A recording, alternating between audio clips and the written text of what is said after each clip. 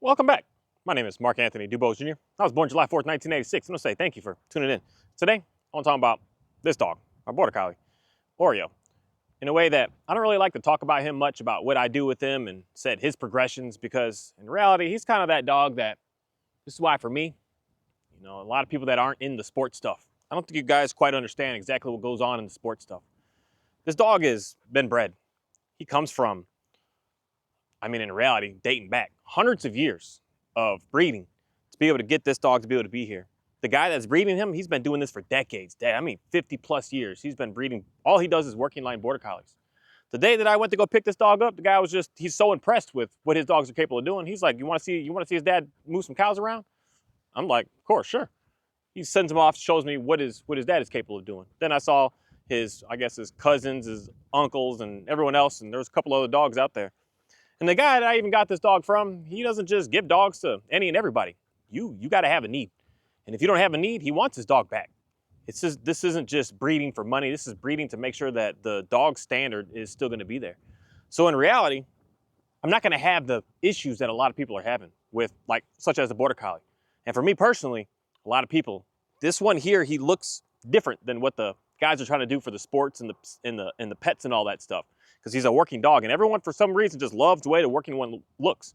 That's why for me, at the end of the day, still, I would just recommend, don't get a working line border collie if you do not have animals for it to work. That's the main reason that I don't really like to show him for one, because I don't want someone to be like, oh, that's such a pretty dog, I want it. No, you don't want it. You don't want it, and you don't need it. Who cares what you want? You don't even need it. It's not even a need for you. But it's something that is just interesting, because when it comes down to, the best of the best trainers on the planet, this dog can make me look good. It can make me look real good, because he's purposely been in the generations to do what it is he's supposed to do. Whereas my other dogs, they're dogs. They're not like the best of best being what they're supposed to do. They're just a random, regular, average Joe dog. There's nothing special about them. They didn't come from the best lines. And that's where the sports stuff really gets deceiving to someone who really doesn't know. Because when you're on that sport field and you're doing your competitions, you have the best of the best bred dog. You have a dog that's bred already from parents to grandparents, great-great-grand, like 100 years back, of being able to have a proven performing dog. A dog that in reality, like this dog, I didn't teach him much to do what I need him to do with these cows. Even what he's doing right this second. I've got a bucket of food between us. He's not gonna allow those cows to go. I didn't have to teach him to say, don't get that, because those cows want that. They want that food. They go wild over this feed. And I'll show him here in a second to give you a little understanding of what he's capable of doing. But I didn't have to even teach it. He just knows it. And that's what comes down to a lot of the competition sport dogs. We don't even need to teach them much. They already know what it is that we're looking for from them, because their parents and grandparents, they've already taught it to them. His parents already taught him how to do what he's supposed to do before humans even got into the middle of working with him. And then a very highly qualified breeder is going to only take the dogs that are proven, that are known to do the work, that are known to be able to get done what they need to get done, especially for this dog, to do it on your own, buddy. I don't need to micromanage every little thing that I'm looking for from him. All I did was I grabbed that bucket. Every time that bucket comes out, of course, the animals are trying to bum rush me. That's why for me, if you live on a farm, I hope you get a border collie like this. I hope you contact the breeder that I got my dog from and you hit them up and say, I need a dog, because this is a lifesaver. I've know so many people have been damaged, hurt, hip broken, knee broken, shoulder broken, because these cows they're tough. They're tough. They're nothing to play around with. When they get excited, and the way the dogs get excited, and they jump and do what they do, imagine a 1,000-pound animal doing that to you. That starts to become dangerous. But if you don't have that need, please just stay away from certain dogs. And in reality, the breeders that I personally know about these, they're not going to give you a dog unless you have the need for them. It's not a want. They don't care. They'll keep their dogs. And the biggest thing is I don't have to teach him. It's already been taught to him. So I showed him one time of just like, I shooed the cows away. He looked at me and he's like, oh, you don't want the cows on that? Okay, I'm good with that. We've been good for 5 years plus now on him understanding what it is I'm looking for by showing him 1-2 times of what I want, and he just gets it done. Because it's already in him to do. That's who he is. It's what he's all about. That's why for me, it's an interesting thing to be able to take these dogs where the expert dog trainers have all the recognition to be able to explain to you how to be able to work with your dog. They have dogs that they're already good, man. The parents, grandparents, great-grandparents, they've already won all the competitions. They've already done all the legs on all the competitions. They're already the best in all the competitions. That's how they know to breed that dog, to keep it going and going and going and going and going. So they're spending serious money on these dogs, $5, $6, $7, $20, $50,000 on these dogs, to be able to already have a dog that in reality, it knows what it needs to do. So to me, that just doesn't show like how good you actually really are. That just shows me that you know how to take a fast car and make it go fast, as opposed to taking a slow car and do what you need to do to be able to make it go fast. That's a whole different level of life right there. Take you an old beat up Honda Civic and you won't even let the chickens next to it. Get you an old beat up Honda Civic and get it to be faster than a Bugatti Veyron, a car that's got like 1,000, 1,200 horsepower in it. That's just built. It's already fast. It's fast. So a lot of what we do is where I could just put that comparison. This guy is a Bugatti. He's already fast. He already knows what he's got to do. He's already good to go. My Johnny, he's a little broke down Honda right now that I'm trying to be able to build up to be able to be fast, to be able to be good. And he's already good. And I just bought into it in reality. So he's going to shine. He's going to do what I need to do. And I don't need to explain nothing to the dude to do what I need. Clearly right there. Watch these chickens. He's going to make sure that every single one just doesn't do what they need to do or get into that food. I don't need to like micromanage nothing, especially when it comes down to work. When we're doing our work, and primarily what I do with this dog is work. I don't really do anything other than that. That's why when I talk about obedience stuff, I'm talking about it in a sense that you're relying on it to be able to get the dog to be able to do something like such as in public, as opposed to just relying upon the main thing that I'm talking about is that relationship aspect. But something that's fascinating about being able to work with a dog that is already really, really good, that's already knows what it needs, it's already bred to be able to perform, that it's able to showcase someone as if they're like the best of the best. And that's something that I want to be able to hopefully shed some light on to someone that just doesn't quite understand. Because for me to try to get because in reality, what I want to be able to do is be able to get all of my dogs across the board to be able to move my animals around and do what I need them to do. And it's a huge learning curve to get the other animals up to what it is that he's just programmed to already know how to be able to do. And that's where I'm going to say is the training aspect comes in, where you actually have to overperform to get something, to do something that is just not natural. Because when you really, I would just love anyone to just do a basic research study on these dogs and these people, these trainers that have like all the awards and they win in all these competitions. Look at that dog. Look at the dog and ask them about their dog, the G line of that dog. Did the parents also compete? Did they also win? Did the grandparents also compete? Did they also win? And I'm almost going to guarantee, not all the way guarantee, but almost going to guarantee that yes, all the parents and all the grandparents and all the siblings and all the everything, they are all included in that. They all have some way of that is just what they do. And that's false representation of being able to be what I'm going to say is classified as the expert or the best of the best. When we're taking dogs that have nothing to do with being into that sport and get that dog to be able to be the elite, that's a whole different level of working with animals. But that's just not what people do. They're picking and choosing which dog. They're picking and choosing, and it goes so far. No, I got to give up on it because it's nervous and scared of this. So I gotta go over there and get another dog. They're picking and choosing to be able to get that one dog to make them look good, and that's false. That's false advertisement is what I want to say. Very, very false advertisement about being able to do something to make you look good. That's why for me, my Border Collie at the end of the day, he's primarily always going to look good because he comes from parents that not only were really good at working with animals, but working with human beings as well. They're very agreeable dogs. And not all Border Collies are the same way met, but I just have seen I've seen many and I've worked with many. But mine is on a different level than any that I've seen still so far in my face, even videos that I see. Because the dogs, a lot of them I see they're suspicious and weary and nervous and on edge. Mine is none of that. And mine just, he thrives off of listening to what it is that I'm trying to tell him to do. Because the guy was breeding for that for decades, half a century. And even the main guy from him, the McCullum line that he's from, that's from hundreds of years ago. That they're creating these dogs to be just a premium athlete, a premium animal for us as humans to be able to use, to be able to make our lives easier. And that's something that makes everything that I do with him easy. That's why for me, again, I want to say, what I have with him, what I do with him, it's not realistic for an average everyday person living in an apartment, living in a house, living in a neighborhood, doing what you're doing. He's in his prime of life, doing what he's supposed to be doing. And of course, that's why he's going to be able to do what it is that I'm looking for him to do. And so for me, the main thing that I always still work on with him before I got into dog training stuff, because I was training him and working him 3 years before I even started to go into dog training stuff. So something that I always would do with him is what I'm doing right now. It's just standing around the animals and having him with me. He would always just be around animals. He's always with the animals. He's always with me. If I saw when he was a young puppy, like running around doing what he was doing, I would just call him. I'll say, Oreo, let's lay down. Come over here. I don't really like to say lay down, but in reality, he kind of already knew lay down from the get-go. 12 weeks old that I got him. I'll say, Oreo, let's lay down right here. I could point at the ground and he would just lay there. I'll be working out here. I'll be building. I'll be making stuff happen. And I was constantly with him, with the animals. And that's why for me, something that I'm going to say again, if you're getting yourself a working line border collie, this isn't no, I work a 10-hour shift. This is like you're with the dog like a lot. Like I would want you to dedicate like 12 to 14 hours a day working with this animal to be able to get this dog to be what it is that you're looking for in the future. This isn't no, I'm just going to lock him up in a crate all day, bring him out and work with him for 30 minutes to an hour or even 2 hours and think that I'm going to have what I see on the television screen that other people are able to do. That's not what's happening here.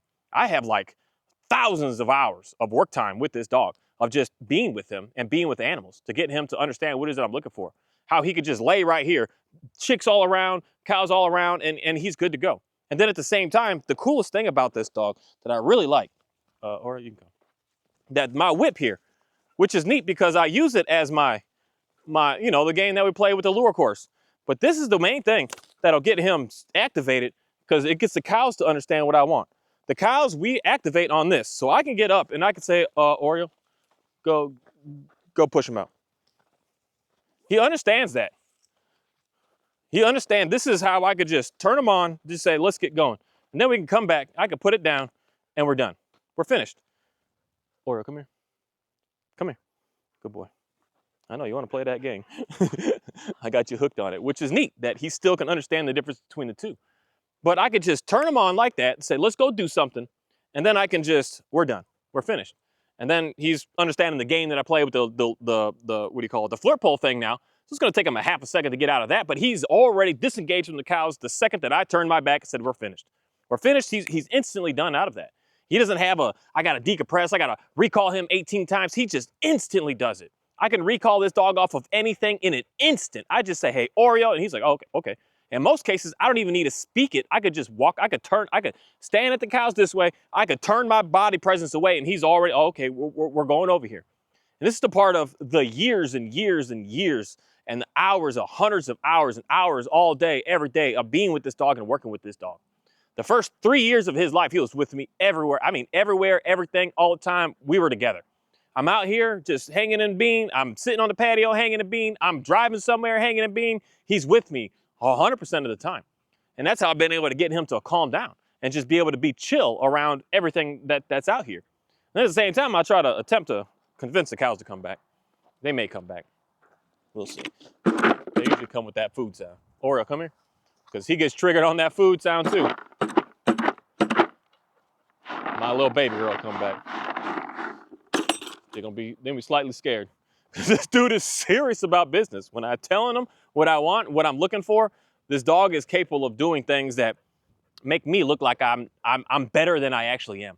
That's why I don't really like to show too much of him, because I'm not that great of a said trainer compared to what I see, the videos that I've done with this dog before, of seeing what he's capable of being able to do compared to what my other dogs are like. My other dogs, I'm having to do a lot more in a lot different type of way to be able to get like basic stuff out of them. To get them to be able to walk around out here, to just be able to be neutral, I've had to do way more with the other dogs than I've had with this dog, because it's already in him to just know what to do out here. And that just makes life so much easier. And that's the concept that on why a lot of y'all are struggling with your dog right now, because you don't have a need, you don't have a purpose, you don't have the desire that the dog is supposed to be doing. You just have the dog because I like the way it looks, so I got the dog. And you don't have a desire for that dog. And that's why you're struggling and huffing and puffing and fighting and getting nowhere, because you got a dog based on just what it can in reality do for you you get her out of there, do for you in a way that it's not actually benefiting the dog itself. And this is the part where he likes this game that he creates. He can get that chick out of there for half a second, but he likes to move it around. He likes to just stalk it, push it. That's the game that he does. He doesn't just chase. The chase to him is like 10% of his work. It's the putting the pressure on and letting that thing know, hey, I'm about to move you. And then him putting just enough and releasing, going back and forth. They're working back and forth. Oreo, get her out of there. Get her out of there. Go ahead, get her out of there. They'll work back and forth just enough. Like right here, he's putting just enough to not make the chick completely run away and be scared, but just enough to say, I don't want you to do that anymore. This is the part that in reality is semi-hard to recreate. You got to kind of like study the dog to learn its habits. That's why when I play with the flirt pole with him, I get extreme success because I already understand. I've been watching him for years to see what he does. So when I can move the thing around to get him to do this same stuff, because this is all that he cares to do is what he's doing right now. He could do this right here for literally a straight hour. He might get, he gonna be tired. But as long as we're in the shade like this, we're fine. But in the sun out there, he'd be done in about 10, 15 minutes. And this is all that he does. He puts just enough pressure to say, hey, I don't want you here, buddy, but not too much. And he's doing that mind. He's holding his own self back. He's regulating his own emotions to be able to get what it is he needs to get. And that's how you get this specific dog and a whole lot of the herding breed dogs to actually be tired. It has nothing to do with just the chase. It has nothing to do with fetch. It has nothing to do with any of these little games that we're playing with them like that. It has everything to do with getting that dog this simple thing that you're seeing him do right here, being able to do. And that's how you're going to get the dog to be good. Because if you just take this dog, I take him and I grab like a flirt pole or RC car and I just start going. I'm just going and just run. He's going to recover. He's going to be tired. Heck yeah. But he's going to recover in 15 minutes. Like, let's go do that again. Let's go make it happen again, because he didn't get to complete what's going on with him that he actually needs. He only got a portion of it. And a portion, he's going to keep going and keep going and keep going. Yeah, it looks like he's having fun, but he's not actually getting what he needs. And that's the thing that a lot of people just really need to actually pay attention to when you're looking and working with your dogs. The dog may look like it's having fun, but if it's not actually for what the dog is needing, what the heck does it matter in the end? It's not going to actually give that dog its full purpose. And that's where a lot of folks are struggling. That's why for me, I just do not struggle with this animal. Simply, clearly, anything that he's doing, I pretty much almost 100% of the time. I may have to up my voice sometimes to say, hey, I said, let's do this. But majority of every single thing that I'm looking for from this dog, he's just like, yes, boss, I got it. What you mean? I'll do it. I'll get it done. I don't care how tired I am. I'll get it done. I don't care how cold or how hot it is. I'll get it done for you. He'll make anything happen. Anything happen. Because even right here, or you get her out of there. We'll just let him keep going. He'll just keep going. And it's fascinating to me because in reality, these border collies don't really work chickens much is what they do. They work cows, they work goats, they work sheep. But he also is capable of being able to work with them because he knows how to be able to hold back all of his like super excitement. And he has basically like zero fear behind him. That's what makes this specific dog very, very incredible because he doesn't have fear. It's all excitement. That's why I'm fascinated to be able to get the Dalmatian to also be able to work with this because she is all excitement and no fear as well. Whereas Johnny, he's all fear and pretty much zero excitement. So that's going to be a bigger of a challenge for me to be able to get a dog to be able to do something as simple as this. Because even right now, what Johnny would do, he would just go, you don't kill him, but he'll get him in his mouth and he'll walk it around and carry it. Then he'll drop it. And then the chick doesn't come back. He's like, okay, I'm satisfied. But he's always, I got to get that threat out because he's terrified. Whereas this dog, he's not scared. He's not scared. He's not nervous. He's not weary. He's not none of that. And his overexcitement, I've been able to like say help him with, but he already knows how to do that on his own. He knows how to hold all of his emotions in balance. That's why he's a very easy dog for me to take anywhere and do anything with. Because if he's ever like super excited, he could just like I could hold back. Nothing is going to be more exciting than what he's doing right here in this second. Nothing is more exciting. So he's going to be able to be what I'm going to say is that premium animal. And this is the thing that if you've got yourself one, can you make it that way? Yes, but you have to understand what that dog actually needs and stop looking at, oh, the dog is just, it's having fun. Having fun and doing what's supposed to be, that we need to get done. Completely different things here. Having fun for me is something that in reality doesn't really satisfy me and get me tired to do anything for me. But doing what I need to do is going to get me tired at night. It's going to get me to be able to sleep real good. It's going to be able to get me to be able to relax and be able to hang out. Oreo. Now get her all the way out of here. Get her out of here. Get her out of here. And that's the difference, that I can add extra language to him and there's another one come in. I'll let you see that for half a second. You just far in the video. No one will probably even get this far. I'll get my videos flagged for see some crazy looking stuff. But the chicken is on its own free to do what it does. It knows don't go there. So if it goes there and if a lot of pressure gets put on it, it's because we've already told you 3 or 4 times, get the heck out of the bucket, man. I'm telling you what I want. And it's his own problem at the end in reality if I tell the dog to get onto it a little bit more. But that's the cool thing with him, that I can I can say nice and sweet and pretty, Oreo, push him out. Or I can say, Oreo, get a hold of him, get him, get him, get him. And he will just, you're good. And he will just go absolutely insane. He's just so powerful. And that's just who he is and what he is. And for me, I wouldn't want to say like I'm a really good trainer because of I know how to look at my dog. I'm a really good trainer. This is false advertisement for me to be able to claim that. And that's what unfortunately is going on like on the whole mainstream today of dog training. The whole mainstream is just all absolute false advertisement. People collecting trophies and trying to make them act be a certain way with a dog that is already fully capable of doing what it is that someone is asking for them to do. And they don't really have to put too much work behind it. Not too much at all. That's why they're choosing specific dogs. That's why the dogs always all look the same. That's why everything is super similar. It's not like we've got competitions in Scotland and Netherlands that people are doing these herding competitions and they got a Great Pyrenees out there. Who's doing that? No, they have border collies out there. Primarily, they have border collies out there. They don't use pretty much anything other than that. And when it comes down to bite sports and protection sports, what are they all using? Dutch Shepherds, Malinois, German Shepherds. It's like all the same dogs. Not even many people even use Dobermans. A few do, but there's no like high-class people that have even like a Doberman or a Rottweiler or even a German Shepherd, classic German Shepherd of today. They're all very, very specific dogs because those dogs are already proven to be able to do what it is that we're asking for them to do. So Oreo, push him out of here. Get her out of here. Get her out of here. They're already proven, and it already is. It makes it easy, and that's the part that it's all gimmicks, man. Not all from everyone, but there's so much gimmickry. I don't know if that's a word or not, but we're about to use that out here with everything that's going on.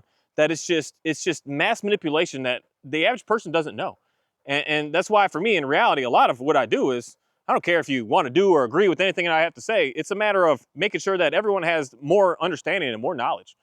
Because a lot of times what's up, man? A lot of times we're going along with what somebody has to say because of all of the said accomplishments they have, like they're the best of the best. But when it comes down to just working with your simple animal inside of your home, you're not getting the same success because you're doing the same techniques. And the same techniques aren't going to give you the same results because it's a completely different dog. And now I've been working with a lot of different breeds at this point in my life today, and I even own a lot of different breeds at this point today that I really do know that I do not work them all the same way to get the same type of results that I'm looking for. Not at all, not in any sort of way. The same way that I can get this Border Collie to be able to understand how to lay down, calm down, does not work on any of my other dogs. Because all I got to do is look at him and just say down. That's how I've already been able to say, like, house train the dog. He's never been in a house for almost 6 years now, and I just started putting him in the house. Of course, the second I put him in there, he's moving around. I just said, all done. And he just lays down. He's like, oh, okay, lays down. He's done. And now he goes in the house, he just lays down. That's all he does when he goes in the house. He just goes in the house and he just lays down. He just lays down, and that's absolutely it. House train a guy in a fraction of a second. Never lived in a home, was always a little weary of a home, but within 24 hours, the dude is already a professional as if he's been living in there his whole entire life. And I couldn't work my other dogs that exact same way. Heck no. Heck no, it doesn't work that way. Him, it's different. This dog here, it's that Pyrenees is much different. Much different. And a lot of what's going on is we're being force-fed that we got to do all of these same type stuff for the dogs to be able to get the results you're looking for. The results that I'm always going to be talking about and why my videos are just not a show is how to get a dog to calm down. How to get a dog to be able to relax. How to get a dog to be able to be calm, just chill. How to be able to get a calm so chill that I can go anywhere and do anything with this dog and I do not need to worry because the dog is so calm. And it takes so long to be able to build that dog up to get out of that calm. And that's my primary focus that I'm looking on all of my dogs across the board. Even this Border Collie here. Oreo, come here. Calm is all I care about. Because even with this, he's active, I gotta move, I gotta do, and he goes right back to calm. Active, I gotta go, right back to calm. But in reality, what I want from this dog primarily all day long is for him to stay in that calm stance, in that calm way. So that when he does come out and have to do things like this for me, because I had him work with the chicks and all that to make my life easy. Because when I'm carrying feed buckets around, the chickens are smothering me. They're like all trying to climb on me, jumping on my shoulders and stuff, going wild. And I could tell this dude to, hey, clear my path, man. Get this stuff off me. I gotta get things done out here. And he makes life so easy. And I primarily focus on calm. I didn't worry about getting him to work. I worried about calm. And his work, which is already in him, is that's the part that, I mean, not saying that don't work on that. You got to work on that in reality first over the calm, because you got to give the dog the exercise that it needs. But that's already a given with this animal. It's already a given. The day I brought him out here, it's not like I had to do extra. Whereas my other dogs, I got to do extra. I have to like put more into it, because I have to be able to explain to that dog that I got your needs, man. I know you have something that you need to do. I know you need something. So I'm going to give you that, and then I'm going to allow you to be calm. So a lot of times we're getting dogs that we're not doing what we're supposed to be doing with them to actually be able to get them to be calm. You're playing fetch with a dog like this. That's supposed to be like moving, doing simply this simple little aspect that he's doing right here, just staring at the chicken. He's like, I'll give you a little bit of grace. But him just putting all of that pressure on is enough, because the chickens all can sense him. They can sense, they see what's going on. And they're dancing around the hole. And the chickens are, what do you call it, opportunistic. They're like, I'm gonna still try. They'll try to the point that they might even put themselves in danger and death to still just try. But he's got all that pressure that he's putting on him. This right here is all that this dog in reality needs to be able to be a really, really nice dog. And that's what, unfortunately, majority of dogs like this, any herding breeds, these Dutch Shepherds, these Malinois, these Australian Shepherds, these Border Collies, these what are the little ones? Man, there's so many of these dogs that are herding dogs that they don't get any aspect of this. All they get is chase. And chase is a small part of what these dogs are all about. And that's why most people are struggling. And that's why, for me, I don't really like showing too much or talking about this dog, because he's good. I didn't have to do nothing to make him good. All I had to do was put him in the environment that he's supposed to be in, which is the land like this, the animals like this, the scenery like this, and he already just gets done what he needs to get done. This is a dog that in reality, that if I didn't get him his needs and I didn't bring him out, I can open the gate, he'll go get done what he needs to get done, come back, lay down, and be satisfied. He could do it on his own. He don't need me. He don't need me at all to get done what he needs to get done, because he's living in the prime of his life. And that's an unfortunate thing, is what's going on with a lot of dogs today, that we're not needing them anymore. And the not need for them is why we're struggling so much with them. Thank you. Oreo, can you get her out of there? He's the dude sitting here drooling, staring at him. Get her out of there. Get her out of there.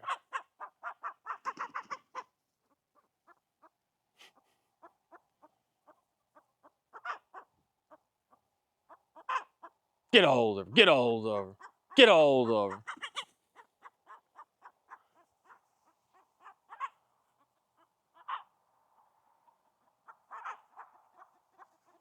So the main thing that he likes to do is put a lot of pressure he wants them to go past him.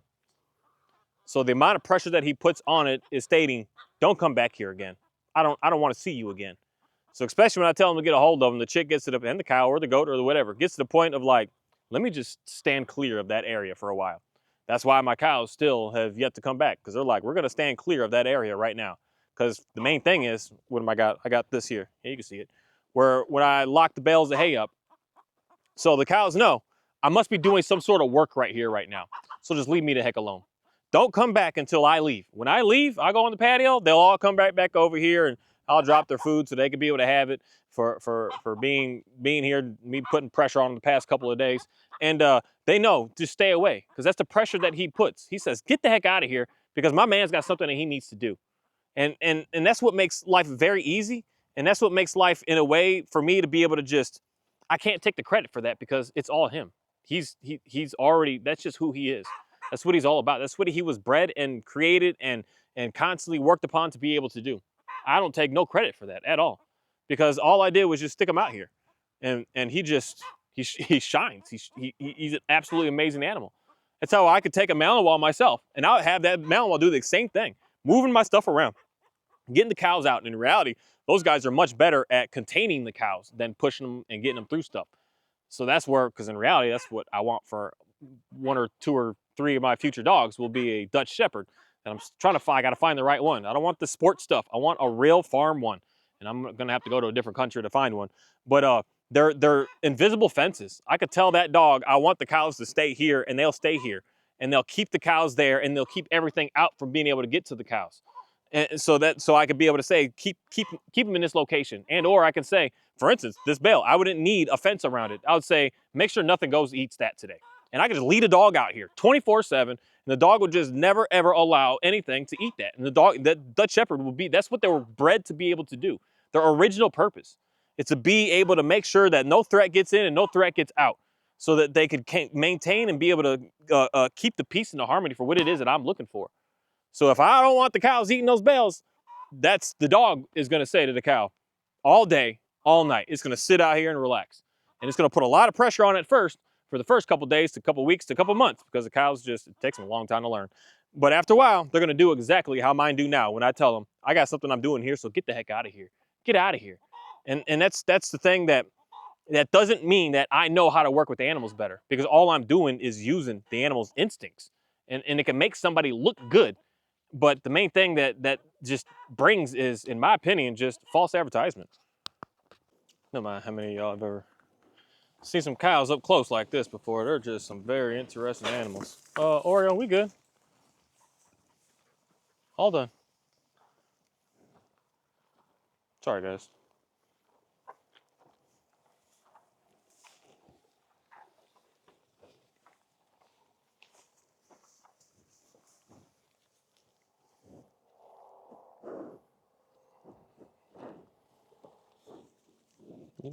Oops, sorry, man.